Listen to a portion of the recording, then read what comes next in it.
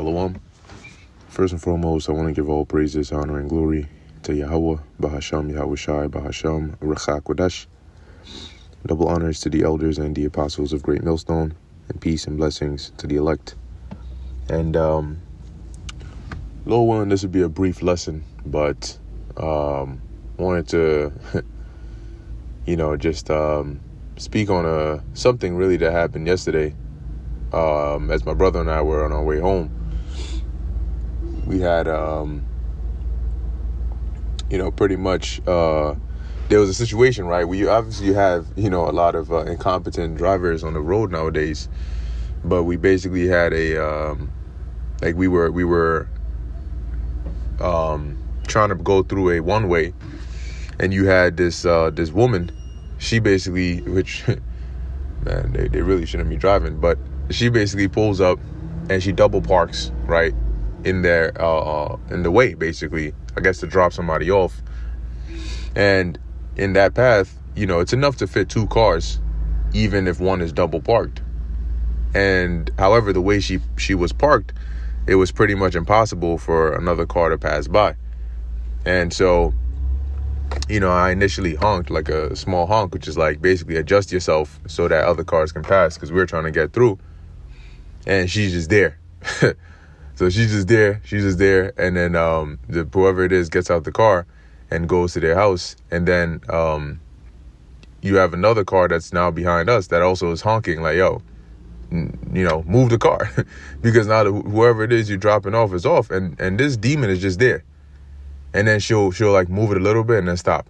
And then move it. And then so now, like, thinking about it afterwards, I was like, oh, she was probably just trying to be even bigger demon, because she was mad that people were honking at her for double parking in a reckless way. And so as the car behind, was honking and stuff, she starts driving, and then I don't know if it was like a kid or a dude or another chick in the back seat, reaches a hand out, sticks the middle finger pretty much at us. And then they just like drive off. And, I was just thinking about how it's interesting today that you do, like, somebody does something wrong and then they're arrogant and proud about it, and it's that word arrogant, and that pride that prompted me to do this lesson, right? Which was that a great humbling is coming. The Lord is about to bring a great humbling upon this place, because you can see how necessary and how needed it is, even in just the basic situations that you come across or you see or you encounter in your everyday to day life. All right. Now it's like from the children, right, to the women, to the men, everybody's pretty much just what do they call that? A ticking time bomb, like a cannon ready to explode upon whatever, and the Lord is going to, especially with the pride and arrogancy of these women and these kids, you have some big, and now you're seeing the sign of it, right? You have some very disrespectful children nowadays, because they're not being raised with discipline. They're not being raised up in the right way, right? They're being softened up by effeminate, wicked women, and they're basically just pushing that out into society, right? So when that judgment comes, when the Lord brings that judgment, it's going to be harsh and brutal for a reason, because they need like that reset. And it's nothing new, right? Even when the prophets of old would speak against Israel, they would prophesy against them. They would mention how the Lord says he's going to cause the arrogancy. He's going to cause the pride. He's going to cause that hard-headedness to come to an end via the judgment he's going to bring. Because that, if you read the scriptures and you want to see an example of when it mentions they were proud, or it mentions they were, they were pumped up and as it says, like they waxed fat and kicked, that ungrateful spirit, just look around you today. That's what you'll see. They'll say, and they'll be proud about it, right? Oh, somebody better not talk to me anyhow because I'm reckless with my mouth. That's not something that you should be proud to say. Like, that's not something that is a flex. Okay, that's what I mean. That's not something that's a flex to say, oh, I'm reckless in my mouth, or I don't have a filter, so people basically better watch what they say around me, as though you're some form of authority or some form of superior, being which your words matter so much. As though in any given situation, somebody can actually do something to you, and immediately their minds are not going to go from, I got a reckless mouth, but I'm gonna back it up. No, it's gonna be, let me call for help. And that's what Jacob's trouble is gonna do.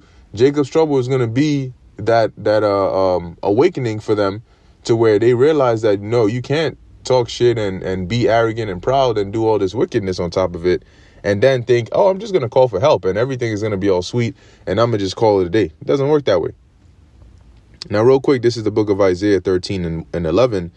And it reads, "And I will punish the world for their evil and the wicked for their iniquity. And I will cause the arrogancy of the proud to cease." To cease meaning it's going to cease to exist. It's going to be done away with. And how is the Lord? Because pride comes with comfortability, familiarity, comfortability. That's what makes people have that proud energy. And you know that because the opposite is humility. When somebody who thinks they're like the best fighter or the best at something gets completely cooked by somebody else, they're not proud in that instance. Okay, they're not proud. They go into a boxing match thinking they're the toughest. They're talked all this shit and they just get beat the hell up. Face all swolled up and everything. When they're leaving, they're not proud. They don't have a proud look. At that point in time, when those fists were pummeling their face, that pride was leaving with every punch.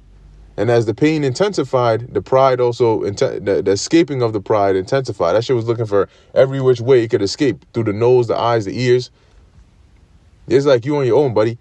And then humility was rushing in like oxygen. So do this exhaling pride out and inhaling humility with each painful punch to the face. So when you so similarly, when the Lord brings that judgment, that pain, that suffering, that's what's going to bring that humility. Okay, that's what's going to humble people so they can realize that, this isn't something the Lord is down with, right? And this is not something that's going to fly. And as it says, right, cause the arrogancy of the proud to cease, and will lay low the haughtiness of the terrible. Okay, and even just the pride of the arrogant, the average individual today, the Lord is going to humble that. He's going to bring that down. As it says, even in Micah 7 and was that 10? Then she that is mine enemy shall see it. Because a lot of these women make themselves adversaries. Okay.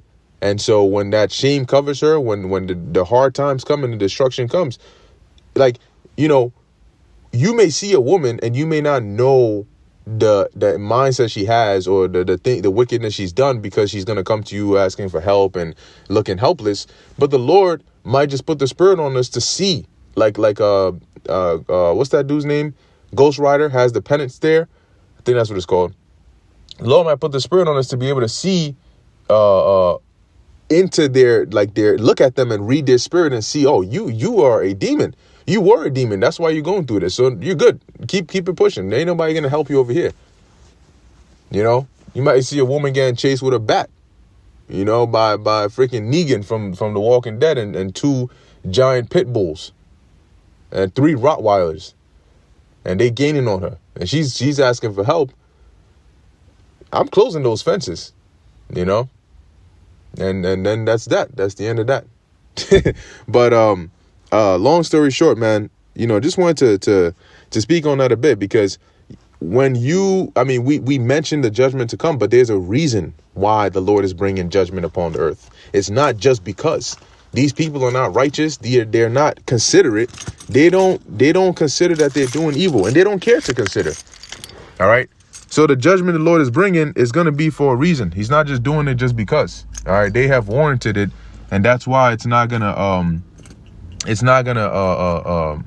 shy away until it comes to pass in its fullest. Anyway, with that, I'm going to end it here. Lord willing, that was edifying to the elect. In closing, I want to give all praises, honor, and glory to Yahweh, Bahasham Yahweh Shai, Bahasham Recha Kodash. Until next time, Shalom.